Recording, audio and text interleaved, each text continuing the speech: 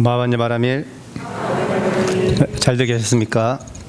이렇게 출타하는 것이 좀 자유롭지 않은 시간에 또 시기에 계절에 이렇게 무언가를 듣고자 여기에 이렇게 발걸음 해주신 그 걸음 한 걸음 한 걸음들이 다 미미한 것 같지만 굉장히 중요한 발걸음이라고 생각합니다. 그리고 제가 여러분과 나은 것이 사실 머리 깎고 출가했다는 것 이외에는 따로 제가 내세울 것이 없는데 이렇게 좋은 마음을 내셔서 들으러 오셨다는 것에 대해서 되게 감사하게 생각하고 무언가 얻어갈 수 있는 그런 시간이 되었으면 하는 게 제 작은 바람이기도 합니다. 오늘은 내 주제에 대해서 얘기하기 전에 먼저 어차피 우리는 동시대를 같이 살고 있는 동시대를 같이 겪고 있는 사람으로서 시대상에 벌어진 일을 가지고 그것을 어떻게 불교적으로 해석하고 그것을 내 삶에 적용시킬 것인가에 대해서 고민하는 사람이 되어야 합니다. 제가 이제 소임 때문에 이제 그분을 개인적으로 만난 건 아니고 어떤 행사장에서 그때 최고 가까이서 보고 이제 악수까지 하고 사진 같이 찍고 그 정도밖에 인연이 없어요. 근데 그분한테 느꼈던 물론 이제 TV 화면상에도 그분을 자주 뵀지만 실제로 제가 그분을 뵌 거는 사실 그때가 처음이었죠. 처음이자 마지막이죠. 그때 제가 받은 인상은 어떤 거였냐면 참 마음씨 좋은 옆집 아저씨 같구나. 마음씨 참 좋은 옆집 아저씨 같은 그런 느낌을 받았어요. 그리고 정치인답지 않게 굉장히 소탈하다 이런 느낌을 받아서 굉장히 좋은 이미지를 제 나름대로는 갖고 있었습니다. 그래서 오늘 하는 얘기가 그분한테 일방적으로 어떤 그분에 대해서 얘기하는 것이 아니라 그 사태에 대해서 어떻게 우리가 받아들이고 이해하고 생각할 것인가에 대해서 한번 오늘 주제와도 사실 연관이 좀 있어요. 그래서 먼저 그 말씀을 말씀드리고 같이 이야기를 풀어나가고자 합니다. 요즘에 제가 좀 보는 책 중에 제가 책을 좀 가까이 하려고 하는데 좀 오히려 시간이 더 많아졌는데도 책을 더 못 보게 된다. 그나마 그래서 좀 책을 보고 있는 것 중에 하나가 요즘에 이제 중용이라고 중용 많이 들어보셨죠? 고전이죠. 중국의 고전. 중용은 이제 공자의 손자인 자사가 그러니까 손자죠. 자사가 이제 썼다고 알려진 고전입니다. 거기 내용이 참 이렇게 읽어보면 읽어볼수록 이게 참 불교적인 생각과 너무 많이 비슷하구나.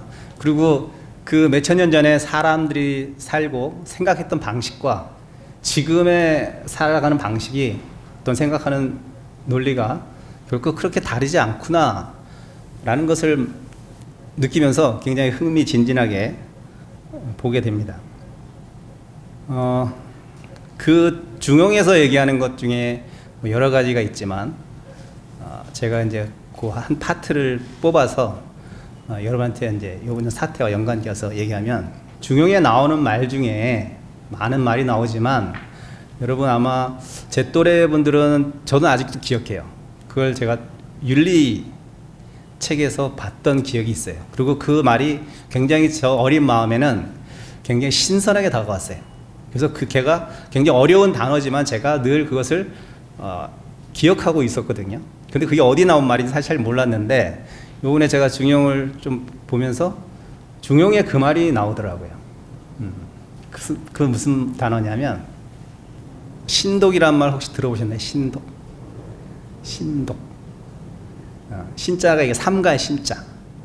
이 독자는 홀로 독자예요. 그럼 한문 그대로 풀면 홀로 있을 때 삼가한다 이런 뜻이거든요. 홀로 있을 때 삼가한다. 자, 이건 이제 풀어서 얘기하면 어떤 거냐면 남이 나를 아는 것과 관계없이 내가 혼자 있을 때도 도덕적인 가치를 지킨다는 거예요. 예를 들면 이런 거예요. 조선시대 선비들이 독서를 하고 고전을 읽을 때는 의관을 정제하고 단정히 앉아서 독서를 했다는 거예요.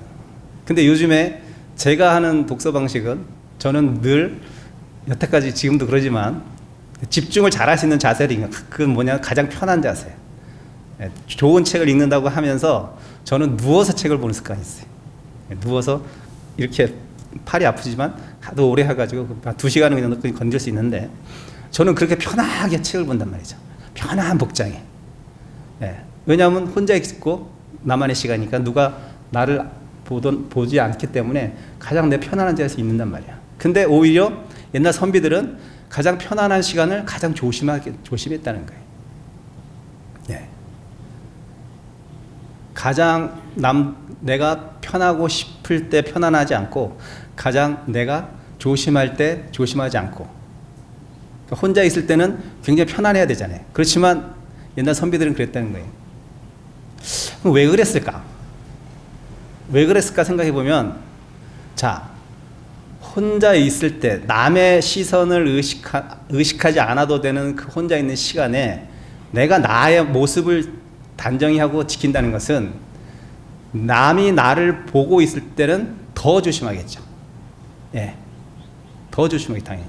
그렇기 때문에 그러한 내 평소에 지금 이 순간순간 하나하나의 생각과 태도와 언행과 말들이 이것이 결국 어디로 가는 것이 아니라 그대로 대중 속에 노출된다는 거예요. 물론 이중적인 생각과 행동으로 가식적으로 남 앞에서는 이렇게 할 수 있고 안으로는 그렇지 않은 사람이 아마 저 자신을 비롯해서 여기 앉아있는 대부분의 사람들이 아마 그렇게 살아가고 있을 거라고 저는 솔직히 생각하죠. 그럼에도 불구하고 누가 보지도 않는 데서 혼자 그렇게 자기 자신을 지켜내고 단정히 있는다? 굉장히 어려운 일이에요. 쉬운 일은 아닙니다. 이것을 일러서 군자라고 하는 거예요. 군자라고 하는 거예요. 자, 지금의 벌어졌고 과거에 벌어졌던 모든 사건들의 이런 내막을 보면 은밀한 장소, 그렇죠? 은밀한 장소, 남이 보지 않는 장소, 둘만의 장소에서 어떤 일이 벌어졌는지 모르겠지만 어쨌든 상대편이 굉장히 수치스럽게 생각하고 불쾌하게 생각하는 일들이 벌어졌다는 거예요. 이걸 누구 개인적에다가 제가 탓을 하려는 것이 아니라 일국의 정치가나 행정가들은 우리 일반 사람들이 남한테 받는 도덕적 잣대보다 더 엄밀한 잣대를 들이받아야 되고 그것을 인정해야 됩니다. 그래야 남 앞에서 나서서 대중의 공의의 일을 자기가 짊어지고 할 수 있는 거예요. 똑같은 일반 사람과 같은 도덕적 가치 판단을 가지고 그 사람이 세상을 살아가면 우리와 별 차이점이 없습니다. 그 사람은 사회의 도덕심을 키워주고 사람들의 인성을 개발시켜주고 거기에 뭐 경제적인 것도 포함되지만 이런 걸 선도해 가는 사람. 그래서 자기가 갖고 있는 정치적 가치, 또 사회가 갖고 있는 사회적 가치, 자기가 갖고 있는 또 개인적 가치가 서로 잘 융합돼야 돼요. 정치적 가치 따로, 도덕적 가치 따로, 사회적 가치 따로, 나 개인적 가치 따로. 이런 관점에서 남을 리더할 수 있는 한 국가의 리더가 된다는 것은 굉장히 위험한 거예요. 굉장히 위험합니다. 근데 요즘에 자금에 벌어지고 있는 사태의 그 사회적 지도자라고 하는 리더라고 하는 사람들의 다 대다수는 아니지만 드러난 사실에 비춰서 봤을 때 이 사람들이 진짜 도덕적 가치와 사회적 가치와 정치적 가치를 같이 공유하고 있냐라고 생각했을 때 벌어진 일만 가지고 현상만 가지고 판단했을 때는 아니라는 거예요. 제가 볼 때. 이 사람들은 정치적 가치 따로 나로 낸불이라 나로 낸불 도덕적 가치 따로 이걸 분리해서 생각하는 것 같아요. 제가 보기에. 옛날의 군자, 옛날의 선비들이 그렇게 자기 혼자 있을 때도 조심했던 그런 마음들을 더 가져야 될 입장에 있는 사람들이 정치적 가치는 대중을 위한다고 하고 대중의 공익을 생각한다고 해놓고 아니 대중이 뭐예요? 한 사람 한 사람 모인 것이 대중이라 한 사람 한 사람도 이렇게 하지 못하는 사람이 무슨 대중을 위해요. 그게 정치적 지도자고 행정가예요? 그건 잘못된 생각입니다. 우리는 그거를 바로 볼 수 있는 눈을 키워야 돼요. 예. 물론 굉장히 은밀한 내재된 그 사람들의 성향이기 때문에 우리가 겉으로 드러난 것 가지고 그 사람들을 알 수 있지는 못할 거라고 생각합니다. 근데 늘 깨어 있어야 돼, 우리가. 그리고 그 개인 입장에서 들여다 봤을 때는 그 개인은 늘 아까 얘기했던 신독할 수 있는 이런 마음 자세가 있지 않고는 누구든지 다 그렇게 저라고 안 그럴 것 같아요? 저도 장담 못 합니다. 저도 장담 못 해요. 저도 장담 못 하거든요. 네. 여러분, 장담 누구도 못 해요. 특히 남성성이라는 게 그래요. 남성성이라는 게 이것은 옳고 그름의 문제도 아니고 좋고 나쁨의 문제도 아닙니다. 그냥 남성성이 원래 그런 거예요. 남성성이 그러니까 그래야 돼, 마땅히 그래야 돼, 이게 아니에요. 그렇기 때문에 그 남성성을 더욱더 조심해야 되는 거예요. 더 조심해야 되는 거예요. 삼가할 줄 알아야 되는 거예요. 혼자 있을 때 더 조심해야 되는 거예요. 근데 우리는 그냥 어떤 사고방식에 젖어서 그런지 몰라도 뭐 좀 시끄러웠다가 또 조용해지면 넘어갔다가 또 시끄러웠다가 계속 이게 반복이 된단 말이에요. 왜 그럴까? 왜 지금의 한 정치적 리더들이 그러한 실수들을 계속 범할까? 라고 곰곰이 한번 여러분 생각해 보신 적 있나요? 그 원인은 도대체 어디에 있을까? 그냥 개인적인 이탈로 그냥 우리가 치부해 버려야 될까? 제가 판단하는 것은 그래요. 제 말이 맞을 수도 있고 틀릴 수도 있습니다. 그냥 제 생각을 얘기하는 것 뿐이에요. 지금의 나라의 행정을 이끌고 정치를 이끄는 여당이라는 사람들의 입장을 보면 가만히 그 사람들의 성장 과정이나 정치 이력들을 보면 거의 운동권 출신이란 말이에요. 운동권 출신. 예. 예. 젊은 시절에 일본에서 그런 말이 있다 그래요. 전후에 2차 대전 후에 공산주의에 한번 안 빠져본 젊은이들은 양심도 없는 젊은이고 경제가 발전한 후에 그 공산주의에 아직도 빠져 있는 것은 더 바보 같은 놈이다. 이렇게 얘기한다고 해요. 공산주의가 나쁜 것이 아니라 젊은 시절에는 어쨌든 자기의 신념에 대해서 옳던 그런 것을 떠나서 자기의 신념에 대해서 그것이 맞다고 하면 밀어붙이는 힘이 있을 겁니다. 그리고 정치라는 것이 누구의 리더가 된다는 것은 목소리를 높여야 돼요. 목소리를 높여야 돼요. 눈을 밖으로만 향해야 돼요. 내면을 보는 것이 아니라 개개인의 노동자, 개개인의 동지들이 어떠한 생각을 갖고 어떻게 사형을 지향하고 나아가는지를 목적의식을 정확히 갖고 그 사람들을 판별하고 이끌어줄 수 있는 힘이 있어야 된대요. 그러면 계속 시선과 귀가 밖으로 열려 있어야지 그것이 가능한 거예요. 그분들이 거의 다 노동운동도 했지만 물론 다 그렇게 운동권 시절에 그런 이론가였고 행동가였단 말이에요. 자기 안으로 들여다볼 수 있는 힘이 저는 부족했다고 봐요. 네. 그래서 어쨌든 시절 인연이 도래해서 그들이 정치 권력을 갖고 행정 권력을 가졌어요.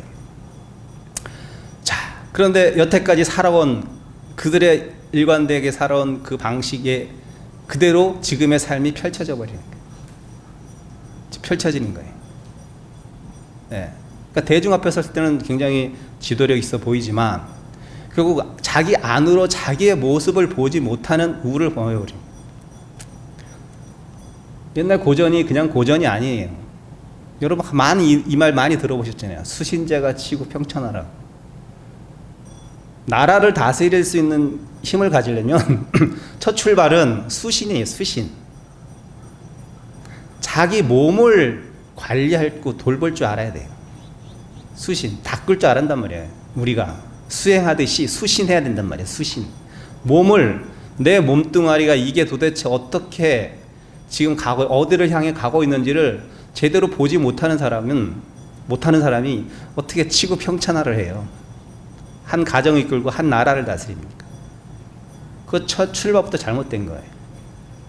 첫 출발부터.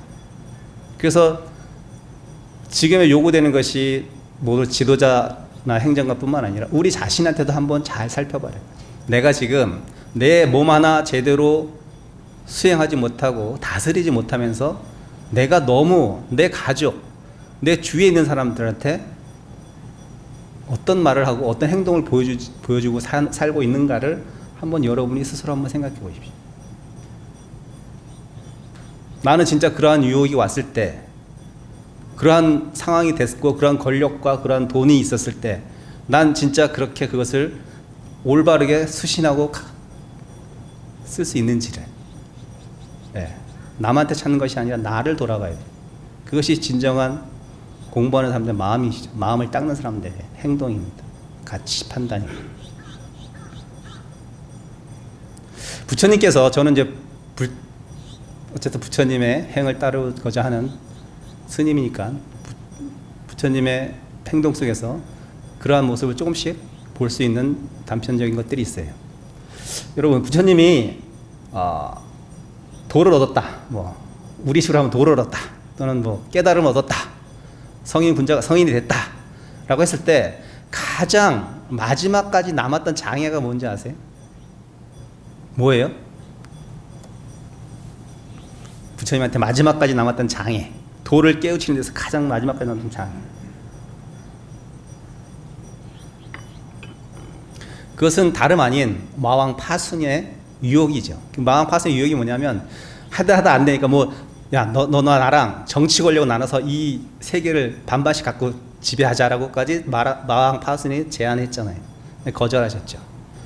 그래서 안 되겠으니까 결국 마왕 파순이 마지막으로 쓴 카드가 뭐예요?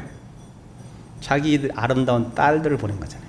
아름다운 딸을 보내서 앞에서 춤을 추게 했죠. 춤을 추게 했습니다. 진짜 세상에 그렇게 아름다운 사람이 없을 정도로 예쁜 여인들이었겠죠. 그 예쁜 여인들이 거의 반나의 몸을 가지고 앞에서 그 인도 춤 있잖아요. 허리 막 흔들고 그 춤을 췄겠죠, 앞에서. 근데 부처님이 거기에 넘어가지 않으셨단 말이죠.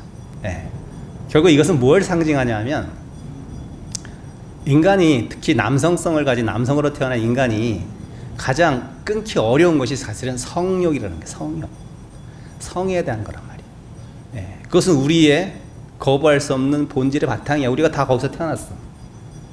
그것은 삶의 근본이에요. 우주의 시작입니다. 우주의 시작이에요. 근데 그건 여성성보다는 남성성이 더 거기에 대한 강렬한 욕구가 있단 말이죠.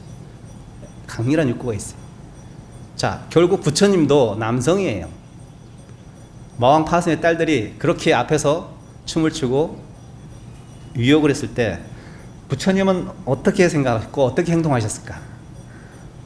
나는 이제 깨달은 도인이니 너희들 따위는 눈에 보이지도 않고 목석처럼 생각해. 이렇게 말씀하셨어요? 옛날 어떤 그 수자는 깨닫고 나서 그렇게 얘기했다고 해요. 나는 이제 여인을 봐도 만져도 목석을 만지는 것 같고 바위덩어리를 만지는 것 같다. 그래서 거짓말이야. 그 거짓말이야.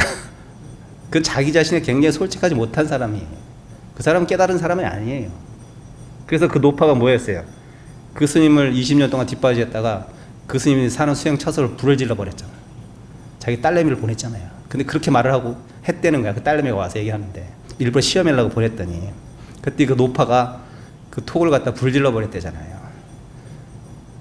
아니 그런 이성에 대한 자유로운 생각이 툭 끊어졌는데 왜 그 불을 질렀을까? 노파가, 불심이 그렇게 깊은 노파가, 수행하는 수행자를 20년 동안 시봉했던 노파가 왜 불을 질러 버렸을까? 그게 노파심이라는 화두예요. 화두의 하나예요. 공안의 하나란 말이에요. 왜 불을 질렀지? 이상하다. 그 스님은 이제 수행을 잘해서 이제 이성도 끊었는데, 그 스님은 솔직하지 못한 스님이에요. 성은 끊어지는 게 아닙니다. 성은 끊어지는 게 아니에요. 본질을 보는 거예요. 본질을 볼 줄 알아야지 끊어진 거야. 본질을 보면 허망함을 느끼거든. 본질을 못 보니까 보이는 것에 끌려버리는 거예요. 자, 부처님은 어떻게 했습니까? 부처님은 난 너희들이 보지도 않고 너희들이 여자로 느끼지도 않고 하나 유혹도 이끌지도 않아 라고 하지 않으셨어요. 뭐라고 하셨어요? 본질을 봤죠. 어떻게 본질을 봤어요? 너희의 그 5 구멍에서는 콧물과 더러운 것이 나오고 너의 내장은 똥으로 가득 찼고 너의 피부는 세월이 지나면 쭈글쭈글해질 것이고 아름다운 눈도 처질 것이고 이렇게 봤어요. 이거 맞잖아요. 진리잖아요. 부정할 수 없는 사실이잖아요. 그렇게 보는 게 본질을 꿰뚫어 보는 거예요. 아무리 아름다운 여성을 갖다 놔도 그러한 내가 그 본질을 볼 수 있다면 그 아름다움에 끌릴 것 같아요? 혹할 것 같아요? 본질을 봐버렸는데. 그렇게 보고 그렇게 행동하고 그렇게 가치 판단을 하는 것이 진정한 수행자요 깨달은 사람이 하는 거예요. 가끔 저도 막 그 비트코인에 투자해가지고 돈을 많이 번 사람을 부러워할 때도 있고, 야, 로또에 한번 당첨되면 얼마나 좋을까 이런 생각도 하고 로또도 한번 사본 적도 있어요. 사본 적도 있단 말이에요. 저만 사진 않았어요. 도반하고 같이 샀어요. 네. 자, 그렇다고 물론 이제 제가 당첨될 수도 있고 안 당첨될 수도 있겠지만 그게 중요한 것이 아니라 저는 제가 어떤 부러운 상황이 또는 제가 이것은 너무나 좋다, 이것을 갖고 싶다, 이것을 소유하고 싶다, 이것을 내 것을 하고 싶다라는 마음이 일어났을 때 저는 어떤 식으로 그것을 빨리 벗어나냐면 그 상황에 따라 좀 다르겠지만 예를 들면 그것을 돈이라고 합시다. 돈이라고 합시다. 자, 그래. 돈이 사람한테 행복을 주고 저게 굉장히 그렇게 좋아? 자, 그래. 그럼 내가 돈을 가졌어? 근데 돈을 많이 갖는 사람들이 이렇게 사는 모습을 보면 아니 만족이 없네? 만족이 없네? 그러면 결국 뭐야? 나도 깨닫지 않은 이상 가진들 또 만족하지 못할 것이야. 더 많은 것을 바랄 것이야. 더 많은 것을 희구할 것이야. 갈구할 것이야. 갈증을 느낄 것이야. 라고 하면 끝이 없다는 본질을 보는 거예요. 그렇죠? 그 마음이 떨어져 나가요. 좀 떨어져 나가요. 완전히 끊어지지 않죠. 떨어져 나간단 말이에요. 자, 그 다음에 예쁜 여인네가 있어요. 손목도 한번 잡고 싶고 포옹도 한번 뽀뽀도 한번 하고 싶어. 자, 첫 번째로는 그런 경계가 왔을 때 어떻게 식으로 제가 그것을 바꾸냐면 똑같아요. 부처님처럼 보면 돼요. 부처님처럼 생각하면 돼요. 저렇게 아리따운 저 모습도 세월이 흐르면 무너질 것이고 괴할 것이고 40 이후 50 이후에는 남성 호르몬이 나와서 남자보다 더 거칠어질 텐데 내가 저것을 뭘 좋다고 혹해가지고 그런 마음을 내지? 라고 생각을 하면 가려던 마음이 좀 옅어진단 말이야. 강렬했던 그 마음이 옅어져요. 없어지진 않아요. 옅어짐을 느낀단 말이죠. 그렇게 본질을 보려고 한다. 제가 영화를 어렸을 때부터 좋아했는데 많은 영화 중에 까트리느 드네브라는 저 동년배분 아시죠? 그분 너무나 저한테는 천사 같은 여인이었어요. 얼마 전에 텔레비에서 봤는데 제가 눈을 감아버렸죠. 옛날 기억을 되살리기 너무나 아름다웠던 그 모습이 좀 너무 제가 보기에는 그랬어요. 너무 나이를 잘못 먹었구나. 굉장히 물론 세월이 많이 흘렀으니까 70 넘었겠죠. 그러니까 이제 뭐 당연히 살도 처지고 해서 이제 그런 모습이 됐겠지만 더 곱게 늙을 수 있었을 텐데 저렇게 늙은 모습을 보니까 제가 그렇게 한때 좋아했던 여인이었는데 좀 슬픈 생각이 들면서 부처님 말씀이 100번 맞구나. 부처님 말씀이 100번 맞구나. 1000번 100번 이것은 진리구나. 이것은 진리구나. 그러한 생각을 또 하게 됐죠. 그렇게 아름다웠던 그 여인도 세월이 지나면 그렇게 되고 또 뭐가 있을까? 여러분을 또 괴롭히는 경계가 뭐가 있을까? 재산, 돈 뭐 대표적인 거죠. 제가 만약에 그러한 유혹이라든지 그러한 경계가 오면 저는 그런 식으로 생각을 빨리 돌리려고 해요. 빨리 돌리려고 합니다. 본질을 꿰뚫어 보려고 하죠. 저놈의 본질이 뭐냐? 그 본질은 뭐야? 부처님이 말씀하신 오늘의 주제인 무상이 무상. 무상. 무상, 한문을 없을무 항시상자예요. 항시, 상상함이 없다. 한마디로 그냥 풀어서 얘기하면, 야, 세상은 다 변해. 똑같은 거 이 세상에 아무것도 없어. 부처님 하신 첫 번째 진리라. 이것만 알면 그냥 도인이야. 다른 거 아무것도 필요 없어. 네, 장 잡으라 필요 없어요. 네, 머리 깎을 필요도 없어요. 이것만 투철하게 꿰뚫어서 알고 내 생활 속에 접목해서 살 수 있는 사람이라면 성인 군자. 성인 군자예요. 고전적으로 성인 군자예요. 불교적으로 하면 깨달은 자예요. 도교적으로 얘기하면 도인이에요. 여러분 이 생각에 투철하십니까 지금? 사시면서? 모든 것은 변한다는 이 사실에 투철하게 살고 계십니까? 그러면 여러분이 지금 겪고 있는 괴로움, 그 근본 자리는 뭔지 아세요? 본질은? 모든 것은 변한다는 사실을 잊고 살고 있기 때문에 괴로운 거예요.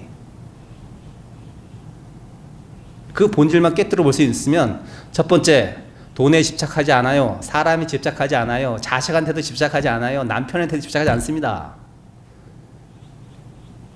왜? 모든 것은 변하니까. 단지 우리가 할 수 있는 것은 좋게 변했으면 좋겠다. 좋은 마음으로 변했으면 좋겠다. 좋은 모습으로 변했으면 좋겠다. 라고 생각하는 것까지가 우리의 몫이에요. 너 왜 변했어? 라고 하면, 그렇게 생각하면 참으로 어리석은 중생이에요. 너 왜 그렇게 변했어? 아니, 변하는 게 맞아요.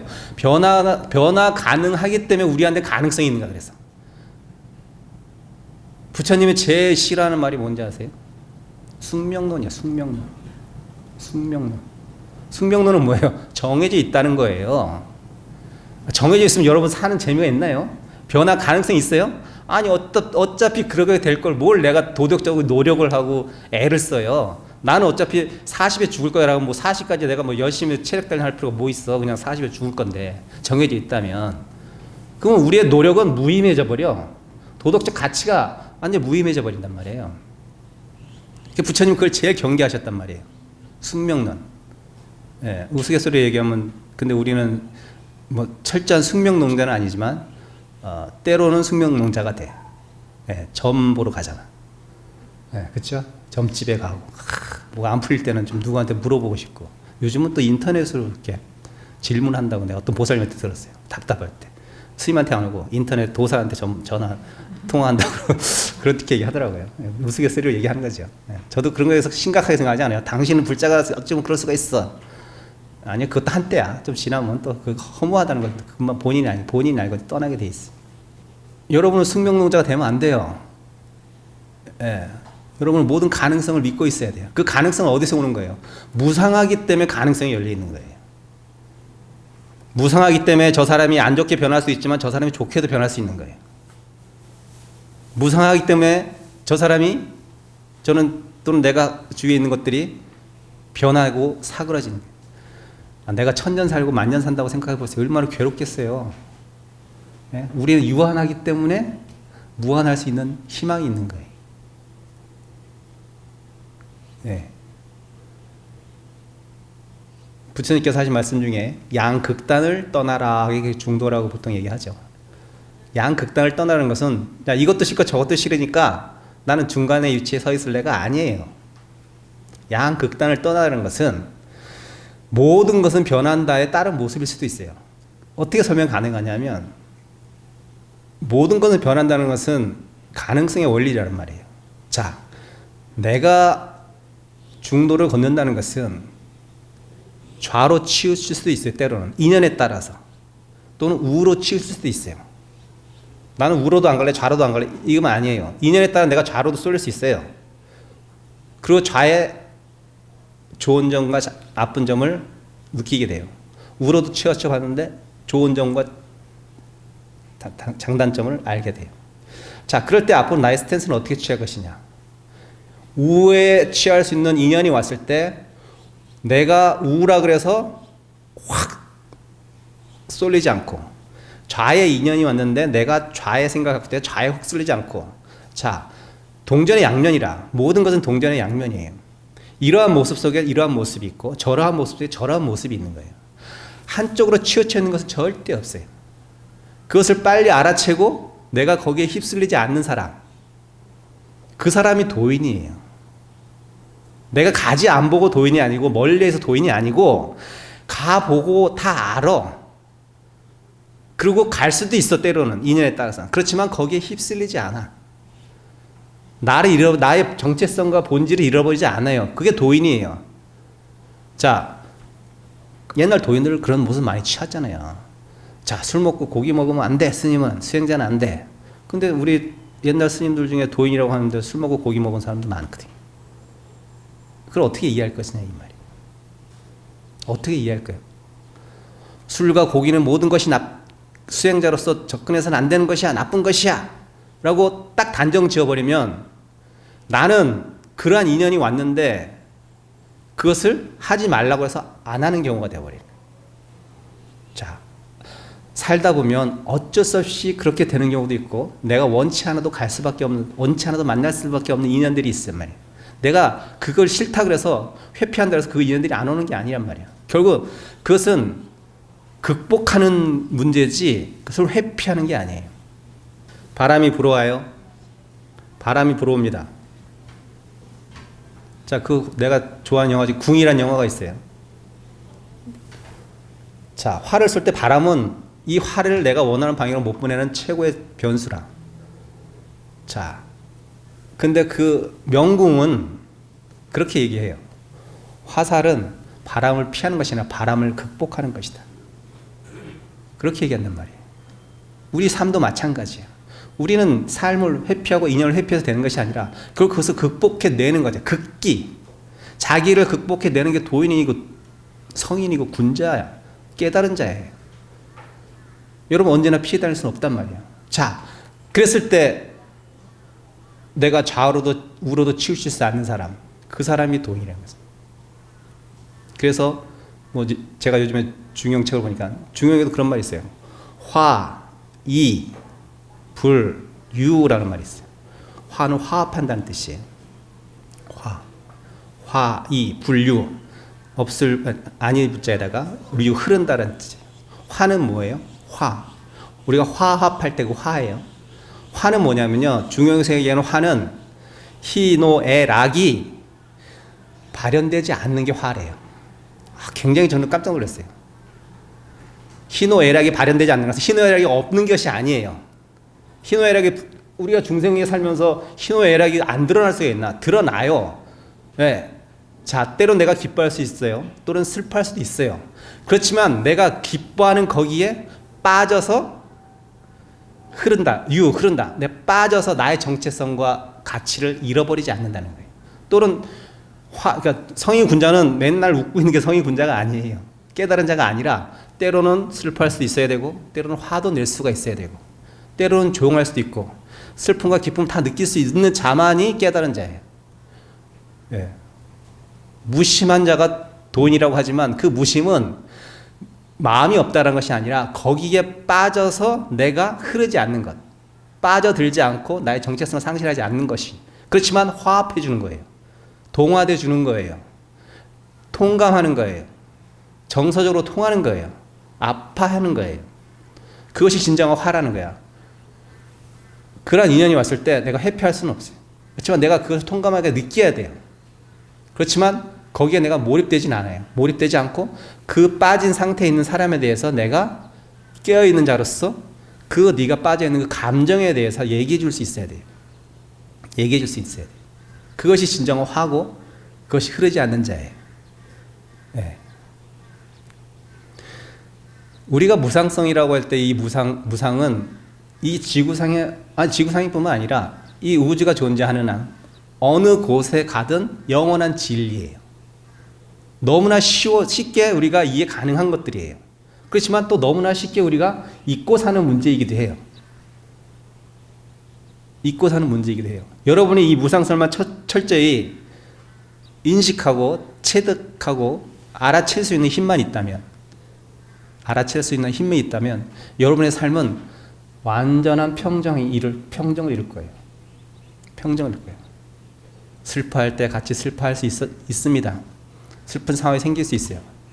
그렇지만 그 슬픔에 빠지지는 마세요. 너무 기쁜 일이 있어요. 다 기뻐해요. 같이 기뻐합니다. 또 그 기쁨에도 너무 빠지지 마세요. 이 세상은 기쁨만 가지고 살 수 있는 것들이 아니잖아요. 사랑이 오면 사랑할 수 있어요. 그럼 사랑이 최고라고 생각하지 마세요. 그리고 그 사랑도 변한다는 사실을 직시하셔야 돼요. 그리고 내가 그 사랑을 선택했으면 그 사랑에 대해서 변한다는 것을 수용하셔야 됩니다. 그러면 그 사랑이 변했다고 해서 그 사람을 원망하지 않고 나를 책망하지 않습니다. 괴로워하지 않습니다. 그럼 우리 대부분 어때요?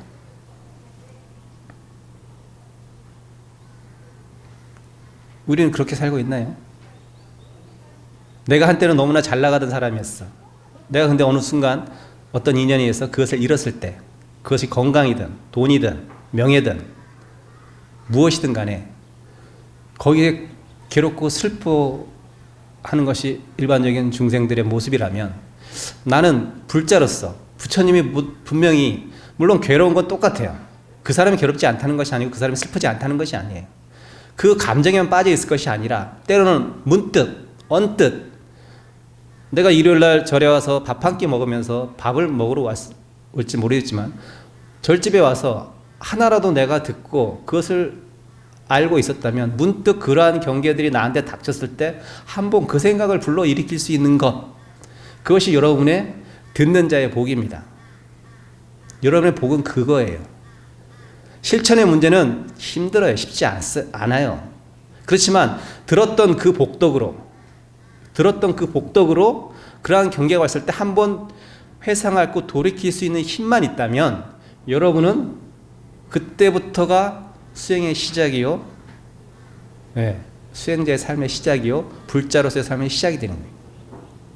근데 만약에 내가 이러한 듣는 복마저 내가 인연을 만들지 않는다면 나는 평생 내가 갖고 있는 여태까지 살아온 방식대로 삶을 바라보고 인생을 바라보고 사람을 바라보기 때문에 늘 똑같은 문제에 봉착해서 똑같은 생각을 일으키고 똑같이 괴로움 느끼고 똑같이 슬퍼할 것이. 그래서 여러분은 달라야 돼요. 어떻게 달라야 됩니까? 그러한 좋고 싫음이 왔을 때, 기쁘고 슬픈 일이 왔을 때 거기에 대한 무상성을 한번 생각할 수 있어야 돼요. 기뻐했을 때 마음껏 기뻐하십시오. 힘껏 기뻐하셔야 됩니다. 그렇지만 거기에 빠지시면 안 돼요. 왜? 변하니까. 내 그 좋았던 감정, 행복했던 감정이 지속되나? 아니잖아요. 상황과 인연에 따라서 들쑥날쑥하잖아요. 변하는 건 그거는 뭐 제가 설명 안 해도 그냥 이치적으로 여러분 다 생활 속에서 체득하는 문제들이잖아요. 근데 우리는 그걸 평소에 잊고 살아. 내가 아무리 애지중지 아끼는 것일지라도 늘 세월이 지나면 닳고 없어진다는 것 늘 명심하십시오. 그래서 너무 새 물건이 너무나 좋고 이게 가져서 내가 너무 행복하다고 생각할 때 오히려 그의 정을 좀 떼려고 노력하셔야 돼요. 그럼 어떻게 정을 떼? 이것도 변하고 언니가 헛것이 되는데 내가 뭘 이 헛거한테 내가 뭐 이렇게 애지중지하고, 특히 저는 차 살 때 좀 그런 마음을 많이 느꼈지만 이게 막 제가 자전거를 취미로 타잖아요. 어제 자전거를 좀 탔어요. 그리고 배가 고파서 열무국수를 먹으러 이제 제가 갔어요. 열무국수를. 근데 이 자전거로 제 자전거가 좀 좋은 자전거라 이렇게 받침대가 없어요. 어디다 이렇게 기대놔야 돼. 그래가지고 옆에 보니까 좀 기댈 수 있는 공간이 있는데 거기에 어떤 자전거가 또 한 대 서 있는 거야. 그래가지고 제가 그냥 거기다 살짝 걸쳐서, 주로는 이제 벽에다 약간 걸쳤고, 약간 벽이 좀 좁았어요. 걸치고 약간 거기다 이제 살짝 걸친 것처럼 이제 이렇게 포지션이 잡혔어요. 그리고 이제 어떤 한 분이 부부가 막 나오더니 이 자전거 좀 치워주세요. 그런 거였어. 예. 그래서 제가 자전거를 딱 치워주려고 했는데 그 부인이 하는 첫 마디가 참 저는 참 뇌리에 아주 생생하게 박혔는데 뭐라고 하냐면, 이거 새로 지금 막 산 건데 라고 막 엄청나게 누가 왜 감히 내 새 자전거에다가 저렇게 살짝 기대서 기스나면 어떡하지? 그런 뉘앙스가 있었어요. 저는 그 얘기를 딱 듣고 속으로 웃었죠, 솔직히. 그 대신 이제 겉으로 표현하면 안 돼요. 그럴 때는. 아유, 다 무상한 건데 뭐 그런 거 가지고 이건 싸움 납니다.